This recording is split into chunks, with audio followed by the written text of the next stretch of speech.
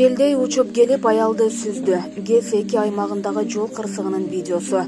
Аламүдүн районунун ГЭС-2 аймагында жол четинде турган аялды унаа коюп кетип каза болду. Бул тууралуу күбө кабарлады. Аталган кырсыктын видеосу Oppo KG Instagram баракчасына жарыяланган. Кадрдан машина өтө катуу ылдамдык менен келип, жол четинде турган аялды ыргыта сүзгөнүн көрүүгө болот. Чүй облустук жол кыймылы коопсуздугун камсыздоо башкармалыгынын маалымат кызматы бул кырсык 9 мартта саат 6:00 чамасында болгонун билдирди. Toyota East үлгүсүндөгү автоунааны 27 жаштагы жаран башкарып бара жаткан, ал 48 жаштагы аялды коюп кеткен. Аял жеринде мерт болгон деп айтылат маалыматта. Адам өмүрүнө забын болгон айдоочу кармалып, Аламүдүн райондук милициясы иштеп иликтеп жатат. Алдын ала маалымат боюнча айдоочу мас абалында болгон. Булак Спутник KG.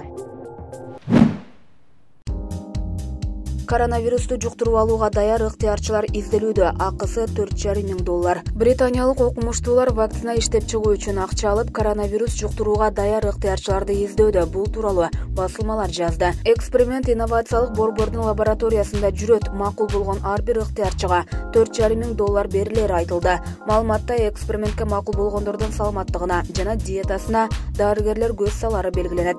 Ыктыярчыларда салыштырмалуу жеңилирээк респиратордук белгилер пайда болору болжолдонууда. Ал эми тесттен өткөн вакциналар менен дары каражаттары чындап ооруп калган бейтаптарга колдонулат. Окумуштуулар бул аракеттер эпидемияга каршы күрөшүүгө жардам берип, дүйнө жүзүндөгү паникага чекит коет деген ишенимде. Булак Спутник KG. Депутаттардын чет өлкөгө чыгышына тыюу салуу сунушталды. Жогорку кеңештин депутаты Дастан Бекешев коронавирус кооптуулугунан улам кесиптештерин чет өлкөгө иш сапар менен баруусуна тыюу салууну сунуштады. Эл өкүлү жаңы типтеги вирус 112 өлкөгө жеткенин айтып, ал эми Франция, Испания, Ирандын депутаттары бири-бирине жугузуп жатканын белгиледи. Ушуга карабастан биздин кээ бир депутаттар дагы деле сапарга чыгып жатышат. Урматтуу төрага, сиз ушуга тыюу салбайсызбы? Кээ бири Германияда жүрүшөт, ал жакта 1000ден ашуун адам коронавирус жуктуруп алган. Келгиле, сапарды токтотулучу.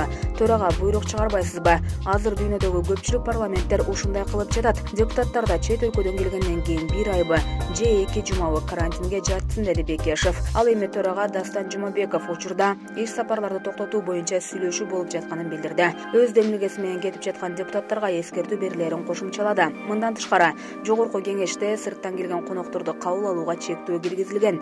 Атап айтканда, иш-чараларды өткөрүүгө жергиликтүү кеңештин депутаттарына, окуучу, студенттерге Ак үйдүн ичине экскурсия жасоого тыюу салынды. Булак Спутник KG.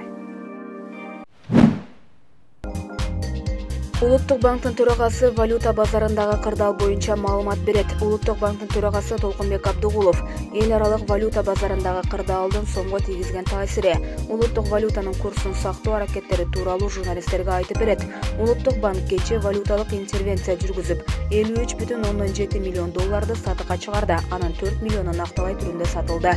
Кыргызстанда доллардын баасы 10 март күнү кескин көтөрүлдү. Айрым коммерциялык банктарда 1 АКШ доллары 2 күн мурункуга караганда 3 сомго кымбат, дээрлик 73 сомдон сатылды. Кечке жуук Бишкектеги айрым акча алмаштыруучу жайларда 1 доллар 70-71 сомдон сатып алынып, 73-74 сомдон сатылып жатты. Көпчүлүк акча алмаштыруучу жайлар доллар сатышкан жок. 10 мартта акча алмаштыруучу жайларда 1 евро 82-83 сомго чыкты. Орус рубле 1 сомдун айланасында, казак теңгеси 17-18 тыйындан сатылды. Булак Азаттык. Путин кайрадан президенттикке аттана алат. Мамлекеттик дума Орусиянын конституциясына киргизилген жаңы өзгөртүүлөрдү жактырды. Ага ылайык Владимир Путин 2024-жылы президенттикке талапкерлигин кое алат. 10 мартта сунушталган өзгөртүүлөрдү 380 депутат колдоп, 43 каршы чыкты. Добуш берүүнүн алдында Путин мындай сунушка конституциялык сот жактырган шартта макул болоорун айтты. Мындай вариант болушу мүмкүн, бирок конституциялык сот мындай өзгөртүү баш мыйзамдын принциптерине жана негизги жоболоруна каршы келбейт деп расмий тапса гана ишке ашырылышы керек, деди Путин. Бекитилген өзгөртүүлөргө ылайык Путин бийлик башында 2036 жылга чейин кала алат. Ал үчүн 2024 жылкы шайлоодо жеңип 6 жылга шайланышы керек. Жыл башында Путин федералдык жыйындагы кайрылуусунда баш мыйзамга өзгөртүүлөрдү киргизүү менен парламенттин ыйгарым укуктарын көбөйтүүнү сунуш кылган. 67 жаштагы Путиндин бийлик башына келгенине 20 жыл болду. Булак Азаттык.